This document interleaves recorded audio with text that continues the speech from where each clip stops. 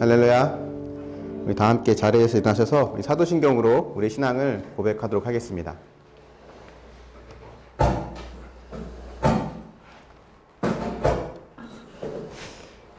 나는 전능하신 아버지 하나님 천지의 창조주를 믿습니다. 나는 그의 유일하신 아들 우리 주 예수 그리스도를 믿습니다. 그는 성령으로 잉태되어 동정녀 마리아에게서 나시고 본디오 빌라도에게 고난을 받아 십자가에 못 박혀 죽으시고 장사된 지 사흘 만에 죽은 자 가운데서 다시 살아나셨으며 하늘에 오르시어 전능하신 아버지 하나님 우편에 앉아 계시다가 거기로부터 살아있는 자와 죽은 자를 심판하러 오십니다.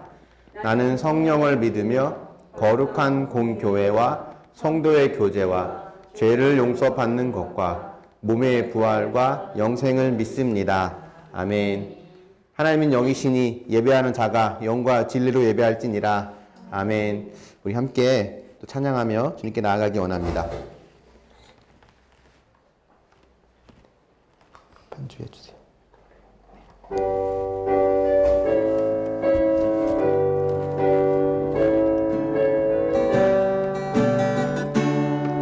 모든 이름 위에 뛰어난 이름 예수는 주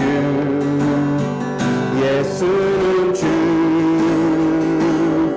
모든 무릎 꿇고 경배를 드리세 예수는 만유의 주님 예수는 주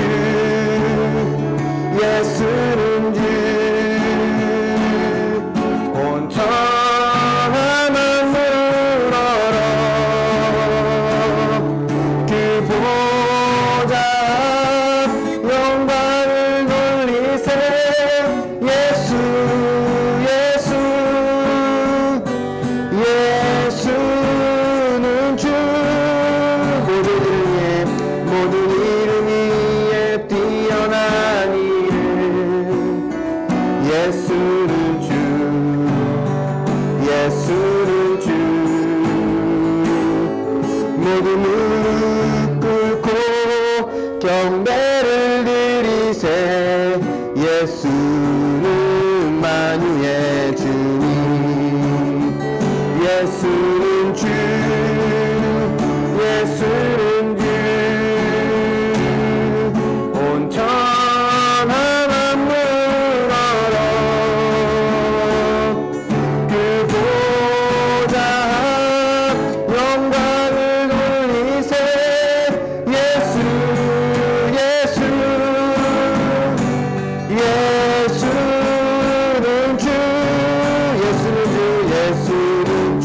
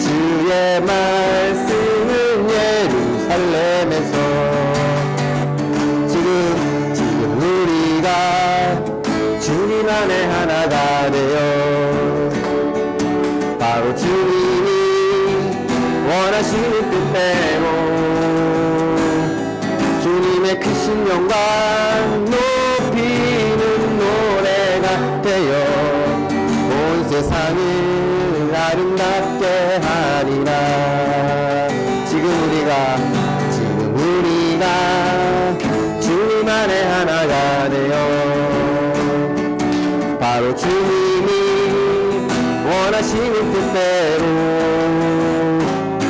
주님의 크신 영광 높이는 노래가 되어 온 세상을 아름답게 하리라. 우리 모두가 주를 노래하는 아름다운 소리로 하나가 되어 바로 이곳을 더욱 아름답게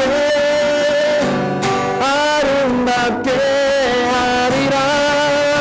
우리 모두가 주를 노래하는 아름다운 소리로 하나가 되어 바로 이곳을 더욱 아름답게 하리라.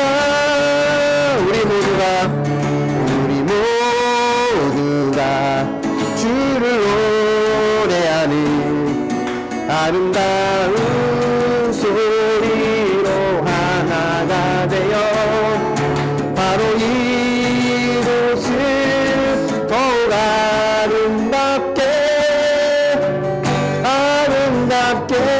하리라. 자, 우리 함께 잠시 기도하며 나아가기 원합니다. 하나님, 우리가 이 예배 가운데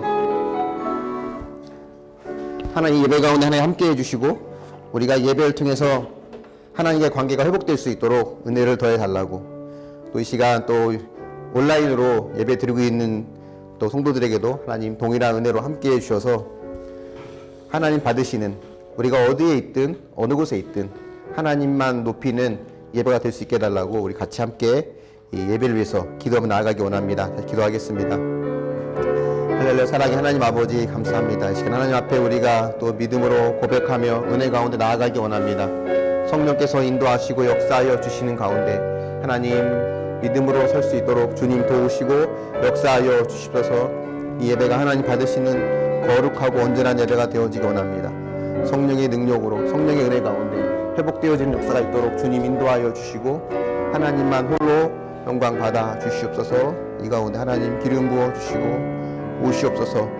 또 온라인으로 예배 드리는 모든 하나님 주의 백성들에게도 하나님 동일한 은혜와 능력으로 함께해 주셔서 하나님 상하신 영들이 회복되어지고 일어설 수 있도록 도우시고 함께하여 주시옵소서. 감사드리며 모든 말씀 예수님의 기도합니다.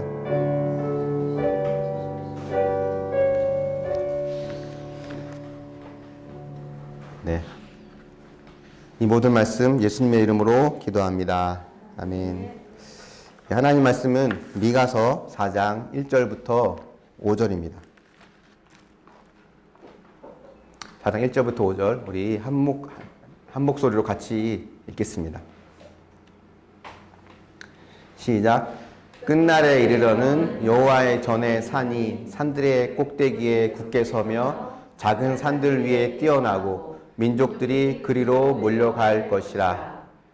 곧 많은 이방 사람들이 가며 이르기를 오라 우리가 여호와의 산에 올라가서 야곱의 하나님의 전에 이르자. 그가 그의 도를 가지고 우리에게 가르치실 것이라. 우리가 그의 길로 행하리라 하리니 이는 율법이 시온에서부터 나올 것이요 여호와의 말씀이 예루살렘에서부터 나올 것임이라. 그가 많은 민족들 사이에 이를 심판하시며 먼 강한 이방 사람들을 판결하시리니 무리가 그 칼을 쳐서 보습을 만들고 창을 쳐서 낫을 만들 것이며 이 나라와 저 나라가 다시는 칼을 들고 서로 치지 아니하며 다시는 전쟁을 연습하지 아니하고 각 사람이 자기 포도나무 아래와 자기 무화과 나무 아래에 앉을 것이라. 그들을 두렵게 할 자가 없으리니 이는 만군의 여호와의 입이 이같이 말씀하셨습니다. 만민이 각각 자기의 신의 이름을 의지하여 행하되 오직 우리는 우리 하나님 여호와 이름을 의지하여 영원히 행하리로다. 아멘. 네, 교회 소식 전해드리겠습니다. 뭐 지금까지 계속 우리가 온라인으로만 진행이 됐었다가 이제 10월부터 이제 다시 모임을 가져도 될 것 같습니다. 예전과 똑같이 1부와 2부로 나누어서 예배를 드릴 수 있을 것 같고요. 좀 제재가 완화되어서 뭐 20명까지 방역 수칙을 잘 지키는 가운데서 모일 수 있게 돼서 또 혹시 못 오시는 분들은 여전히 이제 온라인으로 예배 드릴 수 있고요.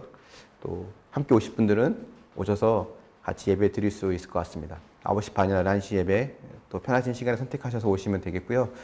근데 방역 수칙에 의하면 우리가 마스크 착용하고 또 교회도 소독을 정기적으로 하고 또 전체 식사는 아직 못하게 되어 있고 온라인이 원래 원칙이지만 20명까지는 허용하는 거기 때문에 방역 수칙을 잘 지키면서 해야 될 것 같습니다. 꼭 잘 기억해 주시고 또 예배 자리에 잘 참여해 주시면 감사하겠습니다.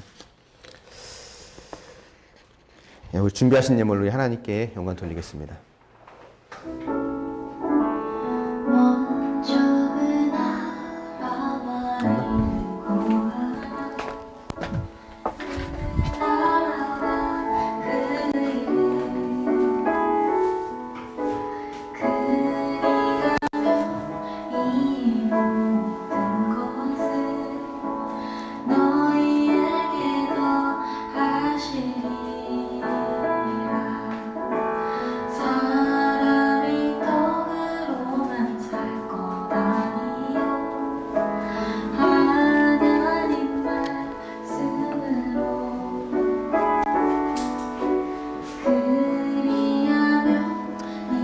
네, 잠시 기도하겠습니다. 네, 기도하겠습니다. 네, 사랑의 하나님, 우리가 하나님 앞에 또 예배를 드리며 또 귀한 예물을 드립니다. 하나님의 은혜와 능력 속에서 하나님 이 땅 가운데 살면서 날마다 공급해 주시는 그 손길로 살아갈 수 있도록 도와주시기 원합니다. 코로나로 인해서 많은 사람들이 경제적으로 어려움을 겪고 있는데 하나님 이 모든 상황들이 호전되어서 하나님 또 물질로 어려움 당하는 것이 아니라 오히려 그 속에서 하나님의 인도하심과 또 채워주시는 은혜를 경험할 수 있도록 도우시고 함께하여 주시옵소서. 감사드리며 예수님의 이름으로 기도합니다. 아멘. 네, 코로나가 이제 잠시만요. 네. 아니 앞으로 계속 넘기면 돼요.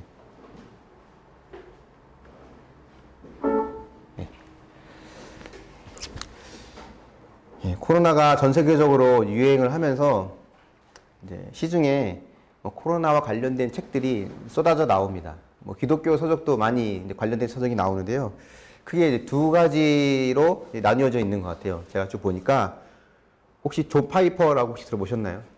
존 파이퍼라고 하는 어느 외국의 유명한 목사님이 계십니다. 그 목사님이 코로나 바이러스와 하나님이란 작은 책을 냈는데 그 책에 보면 이 코로나가 왜 왔는지, 코로나가 우리에게 어떤 의미가 있는지, 우리가 무엇을 해야 되는지, 이런 우리가 궁금해할 만한 내용들, 그런 내용들이 이제 잘 정리되어 있습니다. 또 톰 라이트라고 하는 또 어느 유명한 목사님은 하나님과 팬데믹이라고 하는 책을 냈는데요. 여기에는 이게 누구 때문에 왔는지, 누구에게 책임이 있는 것인지, 하나님의 뜻은 어디에 있는지 이런 것보다는 어디에 관점을 두냐면 이런 전 세계적인 전염병이 퍼져나가는 이 팬데믹 속에서 어떤 사람들이 가장 고통당하고 있는가, 어떤 사람들이 가장 힘들어하고 있는가, 그들에게 교회가 어떻게 해야 되는가, 이런 내용을 이제 담고 있습니다.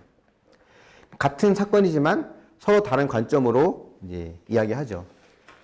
둘 다 공통적으로 이야기하는 것은 하나님이 우리 삶에 무언가를 회복하기를 원하신다는 것. 그래서 코로나는 우리에게 많은 것들을 빼앗아 갔지만 또 동시에 우리가 회복해야 될 많은 것들을 숙제로 남겨주었습니다. 근데 궁극적으로는 다 하나님의 이 모든 상황들은 이제 끝이 나고 회복이 있을 거라는 거예요. 우리가 지금까지 봤던 미가서 1장부터 3장까지 내용을 보면 하나님이 이스라엘의 죄악들을 책망하시고 그들을 심판하셨습니다. 근데 심판은 그 심판 자체가 목적이 아니에요. 심판을 당했기 때문에 이렇게 살다가 내 인생 끝나는가 보다가 아니라 하나님은 심판을 통해서 우리 안에서 제거돼야 될 요소들이 있고 회복돼야 될 것들이 있다고 하는 걸 보여주면서 결국은 우리에게 새로운 소망을 제시해 줍니다. 그래서 3장까지가 하나님의 심판의 내용이었다면 4장에는 오늘 하나님이 어떻게 회복하실 것인지에 대한 소망의 메시지를 우리에게 주시고 있어요. 그래서 허물어지고 멸망당하고 쫓겨날 것이다 라고 했던 이 앞에 무서운 심판의 이야기들은 결국 그 목적이 그들을 회복하기 위함이라고 하는 것. 그래서 우리에게 어떻게 소망을 주시는지 한번 우리가 4장을 통해서 잠깐 보기 원합니다. 먼저 1절 말씀 같이 한번 읽어볼게요. 시작. 끝날에 이르러는 여호와의 전에 산이 산들의 꼭대기에 굳게 작은 산들로 몰려갈 것이라.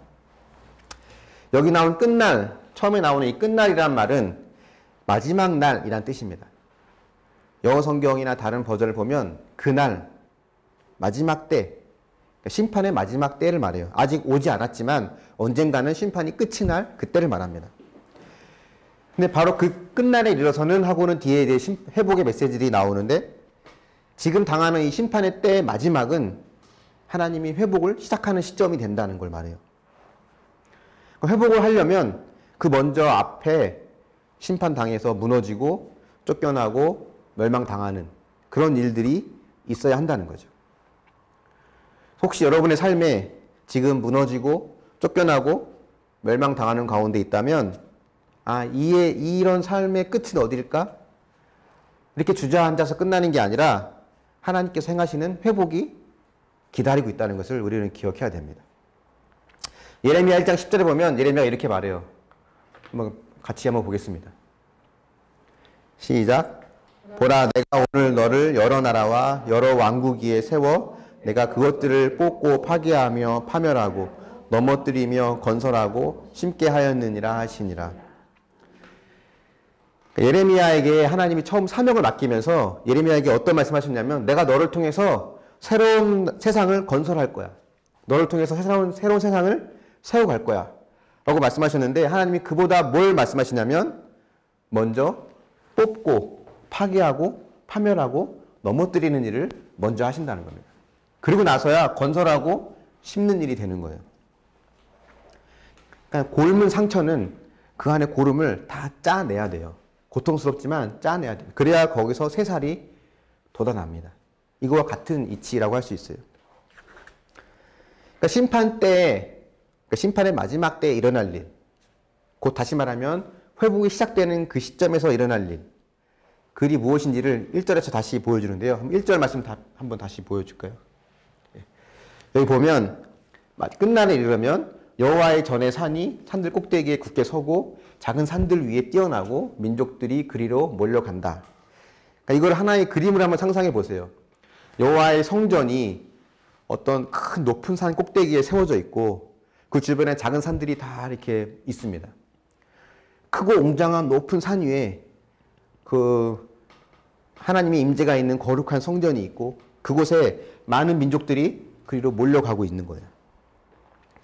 이거 하나의 이미지를 한번 상상해 보십시오. 근데 이 이미지는요, 앞에 1장부터 얘기했던 심판의 메시지와 정반대의 말씀입니다. 1장 3절을 보면 이렇게 되어 있어요. 한번 3절 보여주실래요? 앞으로 넘겨서. 네. 같이 한번 보겠습니다. 시작. 여호와께서 그의 처소에서 나오시고 강림하사 땅의 높은 곳을 밟으실 것이라. 1장에서 나왔던 말씀인데요. 1장에서는 그 높은 곳을 하나님이 밟아버린다고 했거든요. 근데 회복의 때는 하나님이 그 높은 곳에 여호와의 성전을 세우고 그곳이 이제 하나님 만나는 장소로 많은 민족들이 그리로 나온다는 거예요. 2장 10절에도 이런 말씀이 있습니다. 여기 보면 이것은 너희가 쉴 것이 아니니 일어나 떠날지어다. 떠나라고 하고 그것이 이미 더러워졌음이라. 그런즉 반드시 멸하리니 멸망이 크리라. 다 떠나고 멸망당한 황폐화될 것을 이야기하고 있는데 오늘 이 4장 말씀에는 다 떠난 것이 아니라 오히려 많은 사람들이 그리로 몰려온다는 거예요. 그래서 우리가 2절 뒤에 보면 민족들마다 모두가 이르기를 우리가 여호와의 산에 올라가자. 주님이 그곳에서 우리를 가르치실 것이다. 왜냐하면 주의 율법과 말씀이 예루살렘에서부터 나오기 때문이다. 라고 하면서 하나님을 만나러 하나님이 계신 성전으로 나온다는 겁니다. 우리 아까 불렀던 찬양이 이 미가서 말씀으로 만든 찬양이에요. 오라 우리가 여호와의 산에 올라가자. 전에는 우상을 숭배했던 장소, 자기 욕망을 채우는 삶의 현장이었던 그 예루살렘이라는 곳이 이제는 여호와의 율법을 전하고 여호와의 말씀을 배우러 많은 사람들이 모이는 장소가 된 거죠. 그 말씀을 배우러 모인다고 하는 것은 단순히 말씀에 대한 지식을 배운다는 게 아닙니다. 신학교처럼 앉아서 말씀을 배우는 게 아니라 그 말씀을 듣고 배우고 그 말씀대로 순종하는 사람들이 많아졌다는 거예요. 여기서 중요한 거는 이 예루살렘이라는 장소가 과거와는 다르게 새롭게 변화됐다고 하는 것을 우리는 중요한 의미로 볼 줄 알아야 됩니다. 회복이라고 하는 거는, 구원이라고 하는 거는 지금의 힘든 장소, 지금의 이 힘든 환경을 벗어나서 더 나은 장소나 환경으로 가는 것이 아닙니다. 아, 지긋지긋해. 여기만 벗어날 수 있다면, 여기서 더 좋은 곳으로만 갈 수 있다면, 이것을 성경은 회복이다, 구원이다 이렇게 말하지 않는다는 거예요. 물론 그렇게 하시기도 하십니다.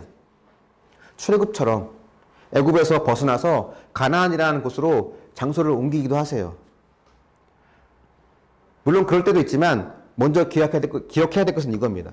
진정한 회복은 환경이 더 나아지는 것이 아니라 내가 있는 이곳에 하나님의 임재와 통치가 충만해지는 것. 그게 회복이고 그게 구원이 되는 거예요. 과거에는 우상을 숭배하고 거기에 신당을 세워서 우상에게 예배했던 그 산이 이제는 하나님의 성전이 있는 하나님을 만나는 회복의 장소로 변화된 거죠. 장소는 변하지 않았어요.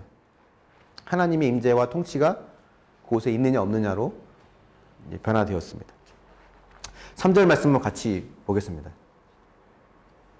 시작.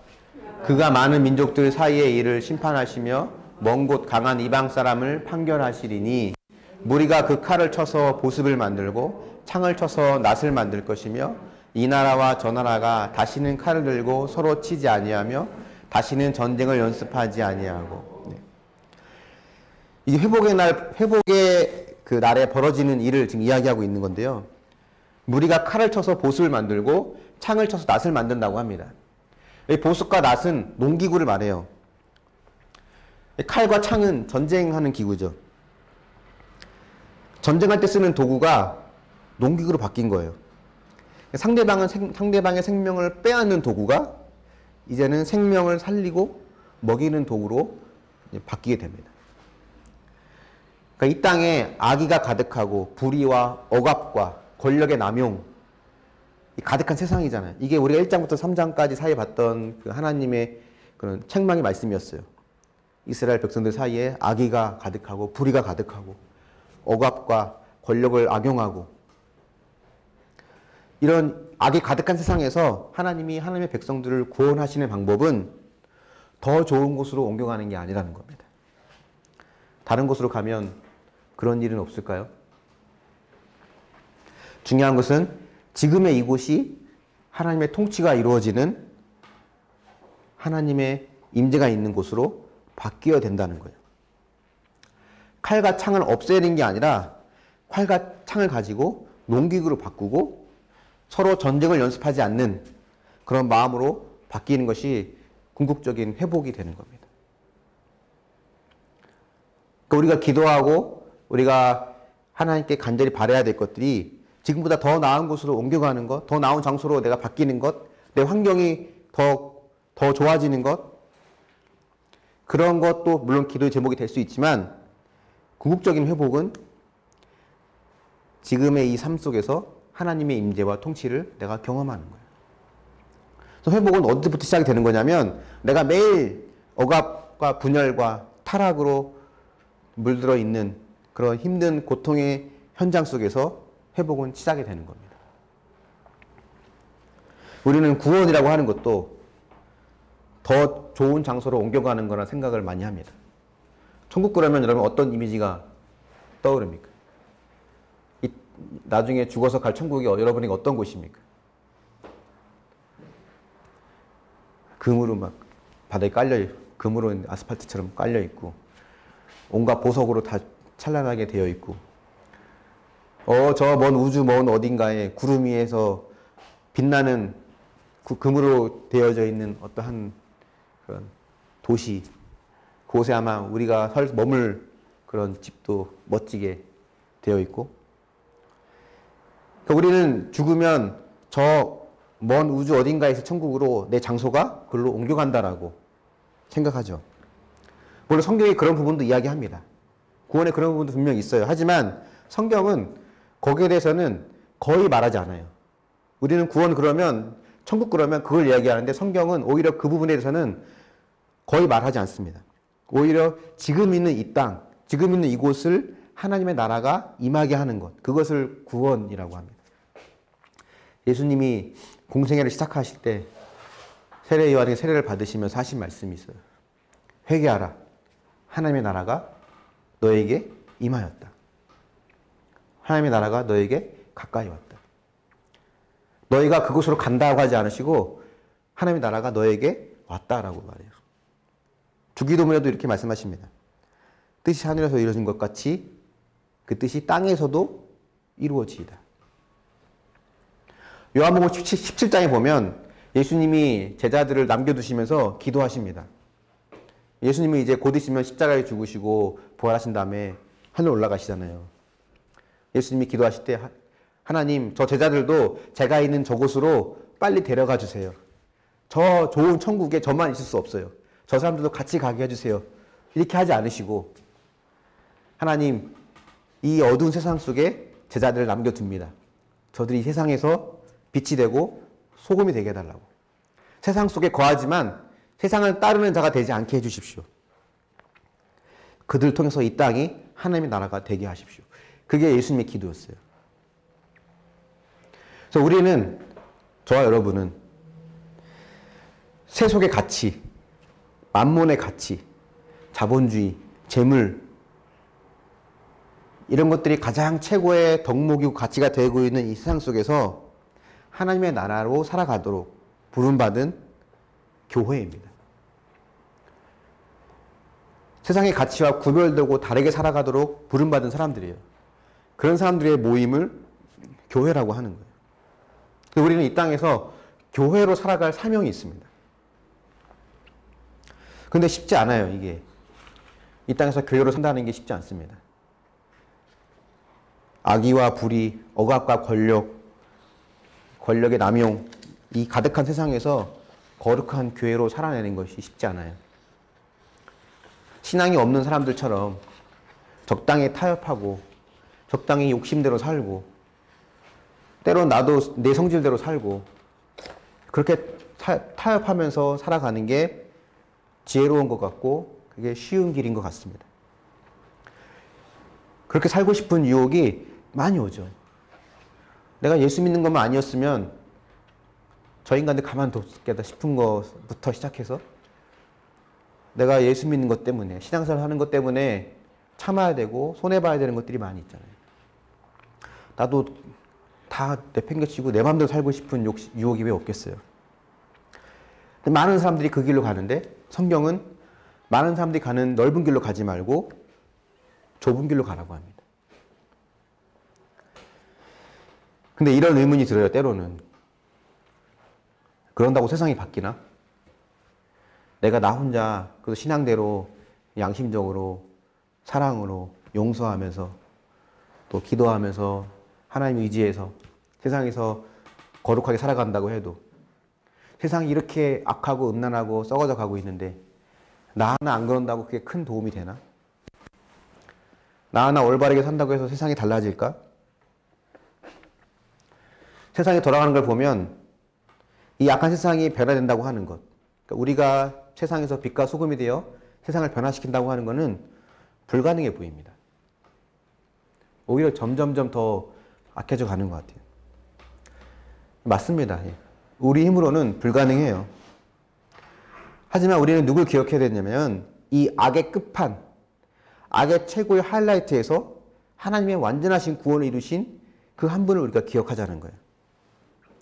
1절과 2절에 나와 있는 미가서 말씀처럼 우상 숭배로 물들어 있던 그 높은 산이 이제는 많은 민족들이 몰려오는 여호와의 말씀을 배우기 위해서 모이는 여호와의 산이 된 것처럼 몇백 년이 지난 그 현장에서 인간의 악의 절정에 다다르는 그 삶의 현장에서 하나님의 완전하신 구원을 이루는 그 역사적인 사건이 벌어집니다. 그게 바로 골고다 언덕이었어요. 그 언덕 위의 십자가에서 인간의 악은 최고를 달았지만 하나님은 그곳에서 하나님의 구원을 완전하게 이루십니다. 모든 불의와 악의로 가득한 이 세상에 그 결과 하나님의 아들이 못 박히셨어요. 하지만 하나님은 그 현장을 그 모든 불의를 깨끗하게 하시는 영원한 회복의 시작으로 삼아주셨습니다. 근데 그 주님이 그 골고다 언덕에서 십자가에 못 박히심으로 모든 악을 이기시고 최고의 승리를 거두신 그분이 지금 저와 여러분 안에 있고 우리 공동체 교회 안에 있다는 겁니다. 그래서 우리가 모두가 거룩한 교회가 되어서 세상의 가치를 무너뜨리고 그들과 구별된 삶을 살아갈 때 나는 불가능하지만 내 안에 계신 주님, 또 우리 공동체 안에 계신 주님이 그 삶을 살아내신 그 주님이 우리를 돕고 인도하시기에 우리는 그 삶을 살아낼 수 있는 거예요. 실제로 그런 역사가 벌어진 곳이 어디냐면 바로 사도행전 2장에 나오는 초대교회였습니다. 나 혼자 교회로 사는 것은 불가능해요. 공동체가 함께 할 때 가능합니다. 왜냐하면 그 안에 주님이 같이 하기 때문에 그렇습니다. 여러분이 삶 속에서 때로는 힘들고 어려운 일을 겪을 때 빛과 소금으로 살아가기에 내가 하는 일이 무슨 의미가 있나 싶을 때 교회가 함께 돕겠습니다. 공동체가 함께 여러분을 도울 거예요. 서로 돕고 서로 기도하겠습니다. 그래서 여러분의 삶의 현장이 바로 회복을 경험하는 그 현장이 될 수 있길 바랍니다. 저희 오늘 말씀의 첫 번째 교훈은 이거예요. 소망이라고 하는 것. 이것은 주님의 이름으로 모인 공동체를 통해 현실이 된다라는 겁니다. 묵상해 보십시오. 불의와 부패, 악한 죄에 적당히 타협하면서 쉽게 살아가고 싶은 유혹에 빠진 적은 없습니까?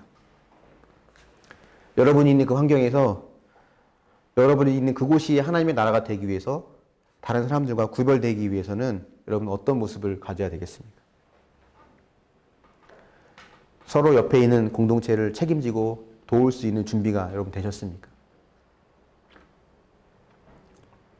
신앙은 각계전투가 아니에요. 교회에서 열심히 은혜 받고 여기서 받은 힘으로 여러분 직장에서 혼자 열심히 그냥 알아서 각자 살으라는 거 아닙니다. 신앙은 공동체로 가야 됩니다.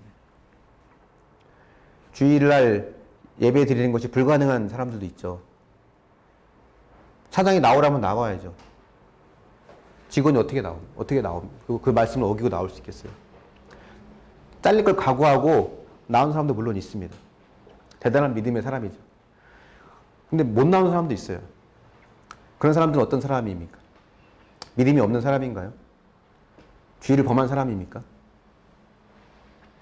그런 사람들은 주일날 안식할 수 있는 권리를 빼앗긴 사람들이에요.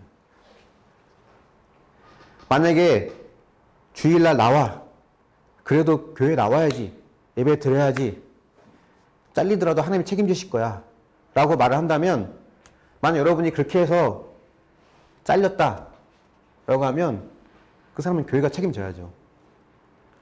내가 그렇게 목숨 걸고 주의를 지켜도 공동체가 날 지켜주고 책임질 거라고 하는 믿음이 있어야 그래야 믿음대로 세상에서 빛과 소금으로 살 수 있죠.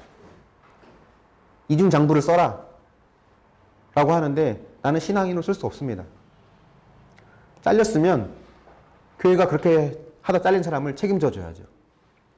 같이 공동체가 돕고 세워줘야죠.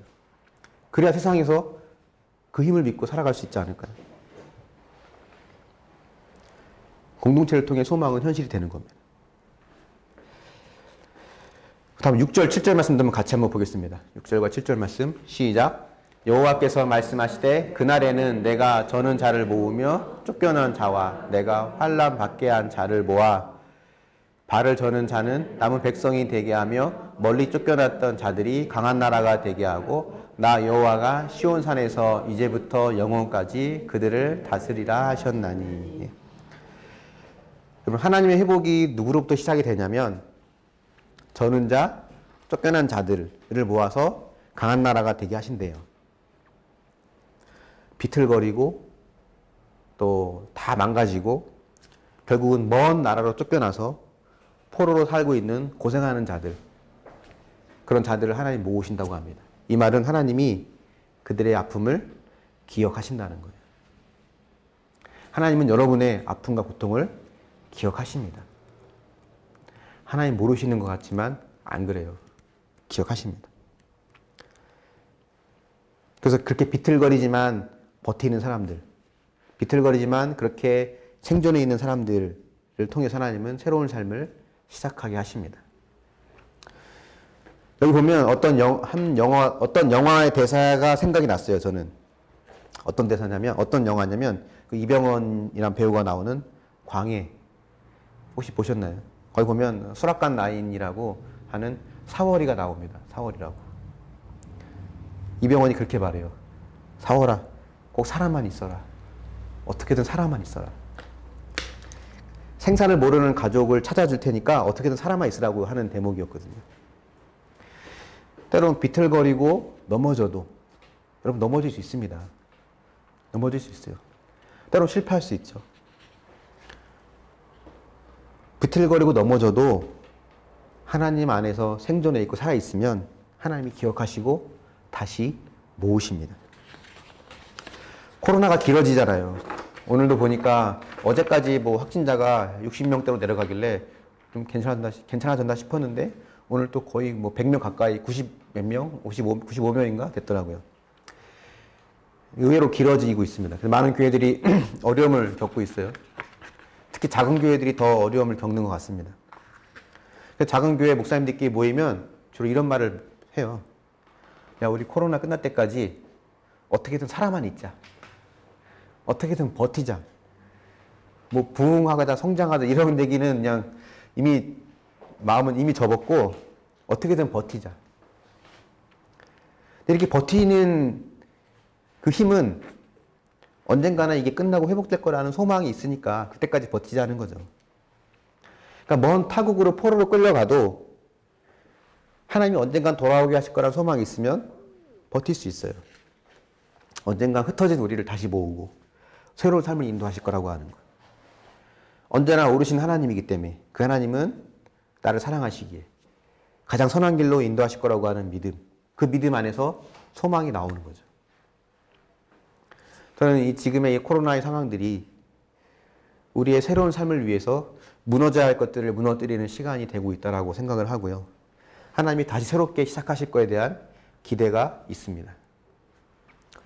그동안 자연을 파괴했던, 피조세계를 파괴했던 인간의 욕망, 자기 욕심을 채우기 위해서 서로 죽고 죽이고 싸우는 인간의 욕심과 악, 이 모든 것들이 무너지는 시간이 지금의 코로나의 때인 것 같아요. 그래서 이 때를 잘 견뎌내는 것이 믿음입니다. 바벨론의 포로 생활을 하고 있는 이스라엘 백성들에게 하나님이 뭐라고 말씀하셨는지 아십니까? 예레미야를 통해서. 하나님이 내린 처방이 있어요. 그들이 포로 생활을 하고 있는 그들에게. 그냥 견뎌라 해요. 감당해라. 정착해라. 그리고 기다려라. 거기서 결혼하고 거기서 애도 낳고 거기서 일도 하면서 자식도 낳고 살아라. 그 말은 그 생활이 길어질 거니까. 또 거기서 잘 정착하고 견뎌라. 그리고 그 바벨론이라고 하는 도시를 위해서, 그 도시의 평안을 위해서 기도해라. 그게 너희가 평안할 수 있는 길이다. 하나님이 이렇게 처방을 내신 거예요. 예레미야를 통해서. 근데 이 잘 감당하는 포로 생활이 결국 우리에게 다른 말로 말하면 고난이라고 할 수 있는데 이 고난이 우리로 하여금 우리의 죄를 우리 안에 무너져야 할 것들을 제대로 다시 한번 돌아보게 하는 힘이 있죠. 그래서 오랫동안 누적되어 왔던 나의 죄악된 생활의 패턴들, 이것을 벗어버리게 하는 것이 이 포로 생활, 다시 말하면 고난이라고 하는 긴 시간, 긴 터널을 통해서 이루어집니다. 스스로는 불가능해요. 나 혼자 스스로 결단해서는 불가능합니다. 그래서 우리가 정말 이 코로나 때 애통해야 될 것이 무엇일까?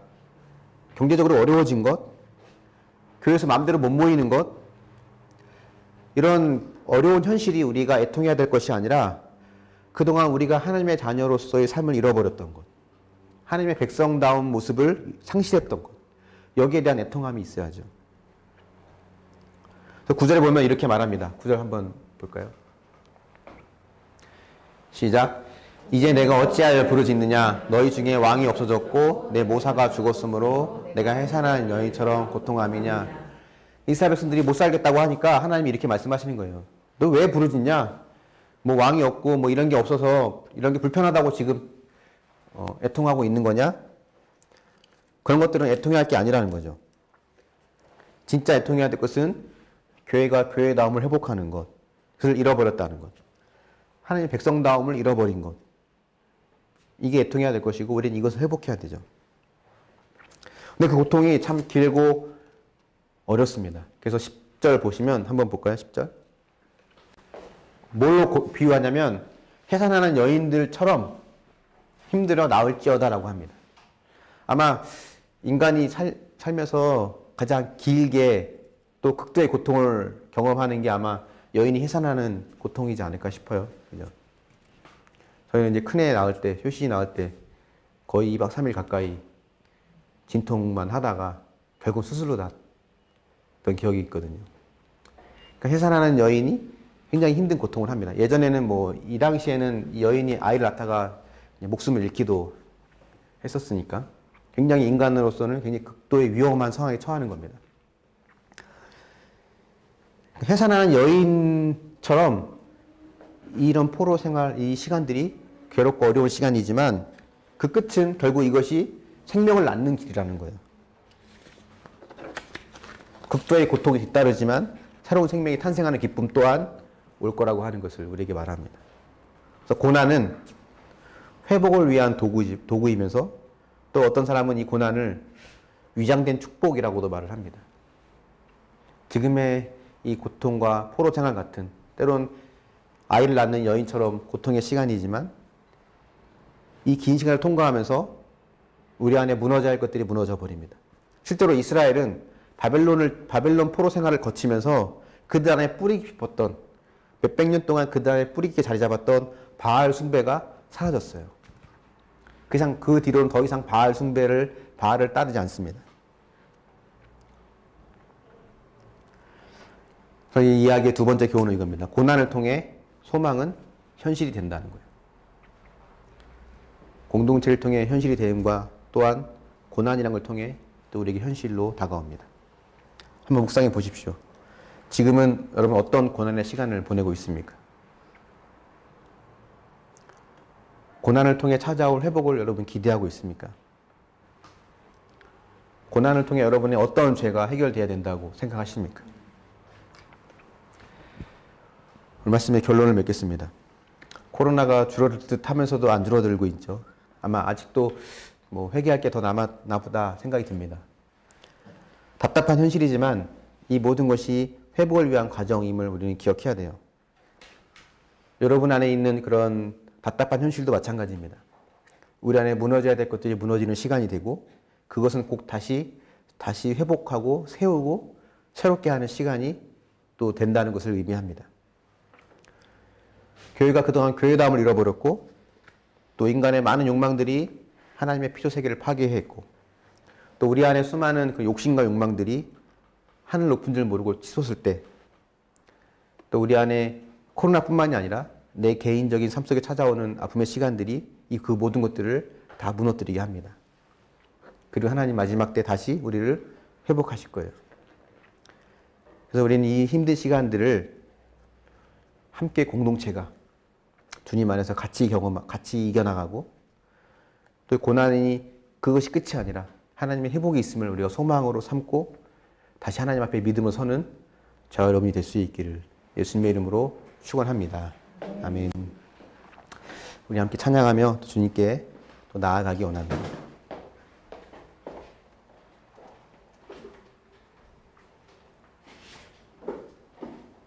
없나? 잠깐만요. 잠깐만.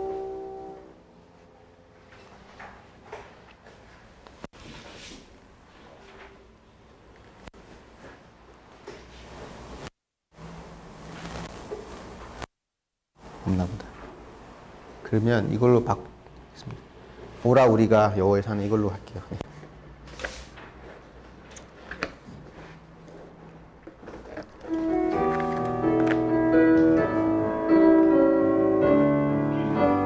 오라 우리가 여호와의 산에 올라 하나님의 전에 이르자.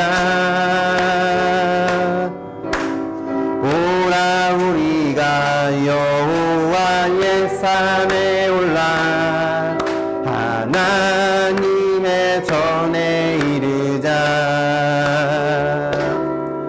주님의 도를 배우고 주님의 길로 행하리.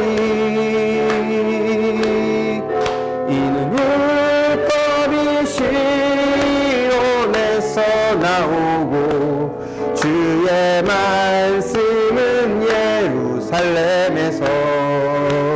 오라 우리가 여호와의 산에 올라 하나님의 전에 이르자. 오라 우리가 여호와의 산에 올라 하나님의 전에 이르자.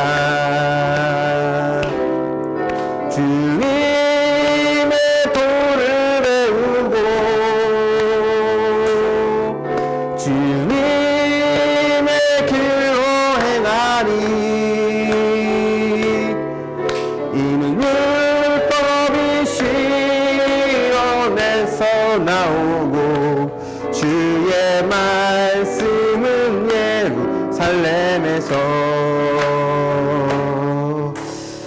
우리 함께 말씀을 기억하면서 기도했으면 좋겠습니다. 여러분 어떤 고난의 시간을 보내고 있습니까? 때론 그 시간이 나에게 이대로 지속되어서 나를 완전히 주저앉힐 것처럼 보여지지만 하나님은 그 끝을 통해서 나를 회복하실 거라고 말씀하십니다. 내가 지금보다 더 나은 환경으로 바뀌면, 지금보다 더 좋은 곳으로 내 주변이 바뀌면 그 모든 문제가 해결될 거라고 보여지지만 그렇지 않아요. 궁극적으로는 내 마음이 바뀌어야 됩니다. 내가 바뀌어야 돼요. 이 고난을 통해서 나의 죄를 보고 내 안에 무너져야 될 것들을 무너뜨리고 다시 하나님께서 일으킬 것이라고 하는 소망을 가지고 살아가는 겁니다. 때로는 버티고 견디고 살아남는 것, 그것도 하나님께서 주신 은혜입니다.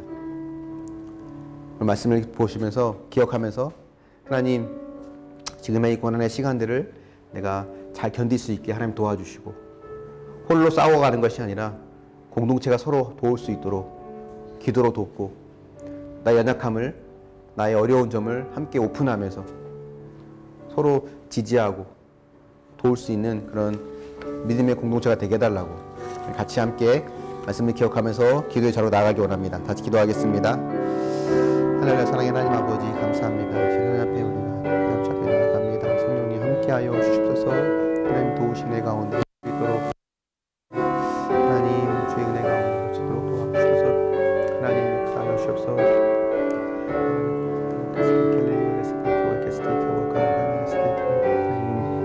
도우시옵소서. 이 시간이 하나님 거두시는 귀하신 될 수 있도록 도우시옵소서. 하나님 주의 은혜 가운데 할 수 있도록 주님 역사하여 주십소서. 하나님 도와주셔서 하나님 나라의 권세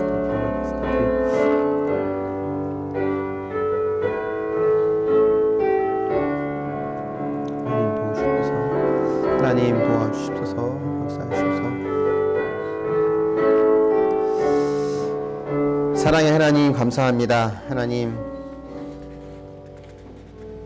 우리의 삶 속에서 많은 어려움들이 하나님 늘 있는데, 하나님 그 어려움이 있기 때문에 또 우리가 또 하나님의 소망과 회복을 또 기대할 수 있음을 또 봅니다. 주님, 우리가 주어진 환경이 바뀌는 것으로 문제를 해결하는 것이 아니라 내 안에, 내 마음 가운데 하나님의 임재와 통치가 임하고 또 그것이 내 주변으로 흘러가는 그런 은혜가 있게 하여 주셔서 하나님, 다시 내 속에서 또 전쟁을 연습하지 않는 그런 변화된 모습으로 살아가는 은혜가 있기를 원합니다. 좀 도우시고 함께하여 주십소서. 세상에서 빛으로 소금으로서 구별된 교회로 살아가는 것이 하나님 참 힘들고 어려운 길인데, 하나님 이 일을 혼자 감당하는 것이 아니라 공동체가 함께하기를 원합니다. 무엇보다 하나님, 악의 끝에서 하나님의 구원을 이루신 골고다 언덕에서 십자가로 우리에게 사랑을 보여주신 그 주님이 우리 공동체와 또 우리 안에 있기에 그 주님을 의지하며 나아갑니다. 주님, 한 몸 되게 하여 주시고 서로 하나 되게 하셔서 연약한 부족한 부분들을 서로 돕고 또 함께 할 수 있는 그런 믿음의 공동체가 되고, 그걸 통해서 하나님의 소망을 현실로 이뤄갈 수 있도록 우리와 함께하여 주십소서. 지금의 포로 생활 같은 기간이 하나님 언젠간 끝이 있고 하나님의 회복이 있을 텐데, 그때까지 하나님 잘 감당하고 견디고 승리할 수 있도록 도와주시고, 상상할 수 없는 하나님의 크신 은혜와 복으로 채워주실 것을 기대하면서 지금의 시간들을 이겨낼 수 있도록 도우시고 함께하여 주시옵소서.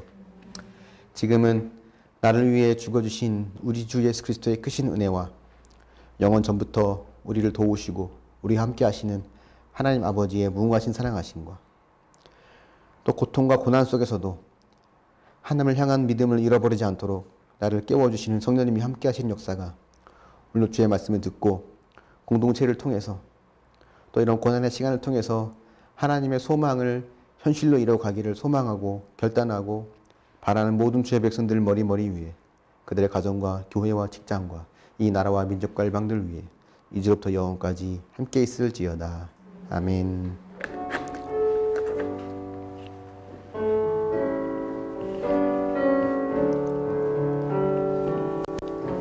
네, 수고하셨습니다. 이것으로 예배를 마치고요. 다음 주부터 우리가 또 정상적으로 1부, 2부 예배로 나눠서 드리기 때문에 여러분 또 편하신 시간에 오셔서 같이 참여해 주시고, 못 오시더라도 또 오늘처럼 온라인으로 동일하게 진행이 되니까 또 온라인을 통해서라도 함께 하시면 감사하겠습니다.